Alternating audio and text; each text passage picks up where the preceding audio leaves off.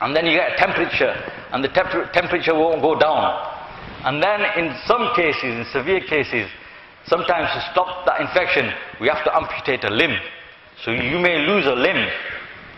So now these two guys, they're scared when they hear the bayan of this doctor. And they vow there and then that that's it. We're going to do as you say, doc. You're the expert. And doctor goes away. And these two, they talk amongst themselves. They say, man, that's scary. I really want to go home. I miss my wife and kids. I want to get cured. I say, okay. So they vow, they make a pledge between themselves that, right, we're not going to scratch. Night comes. At night time, all the patients on the ward are sound asleep.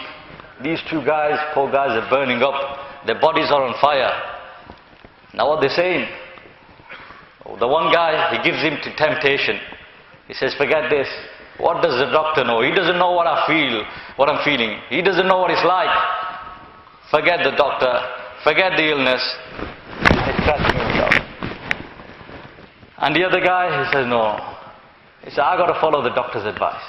And he pushes his hands underneath the mattress and he's screaming out in pain. And the other guy, he's screaming out in joy. He's scratching himself. I'm loving it. And he's telling the other guy, he's giving the other guy targheeb. He's advising him, just do it. I'm loving it, just do it. Obey your thirst, obey your nafs, obey your desire, just do it. You can't beat the feeling. And this guy said, no. He said, I don't know. I don't know what you're saying, I don't understand what you're saying. What I do know is, what the doctor said is true. And I'm going to resist the temptation. So night after night, this one guy, he's loving it, he enjoys himself, he scratches, and then he goes to sleep, sound asleep.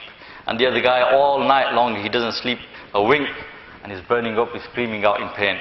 2 weeks later, the doctors come, and they look at both these patients, and they say to the one guy, they say, man, you didn't follow our advice, did you?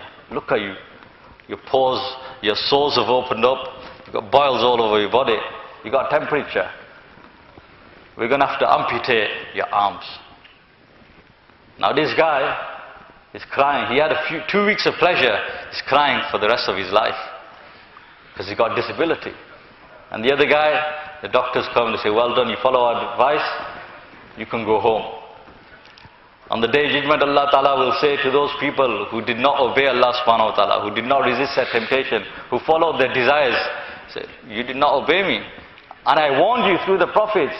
I warned you through Rasulullah Sallallahu Alaihi Wasallam. I warned you through the ulama of your time, through the speeches that you used to listen to, the books you used to read. By going out in the path of Allah, I warned you that the consequences of disobeying me can be dire. You didn't obey. Now you're going to have to be treated. And Allah Ta'ala, to treat people, will send them into the fire of Jahannam to cleanse them.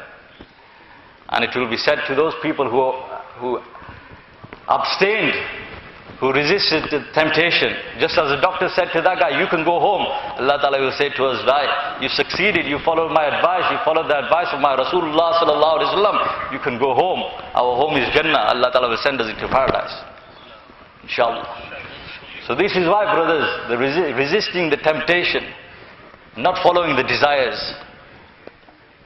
So a person who does not follow his desires, Allah Ta'ala says, for you I have created this paradise. Such a paradise you can't even comprehend, beyond your imagination. Rasulullah Sallallahu Alaihi Wasallam has described this paradise in the hadith. This paradise has been described to us. In one riwayat it comes that when a person will be told that you're going to go into paradise, a person will start walking towards paradise, and he will approach the gate of paradise. The gate of this paradise is so beautiful. A person will stand there for 40 years, according to somebody who had 60 years, just staring at the gate of paradise. And the angels will come and tap him on the shoulder and say, what are you doing? You're still outside your paradise. He said, look at this, so beautiful. They say, you're still outside your paradise. If you think that this is beautiful, go into your paradise, check out the inside of your paradise. This is just the outside. Sometimes our youngsters say to us, Maulvi Sahib, how can this happen? How can a guy stand there for 40 years and stare at something? I say, examples of that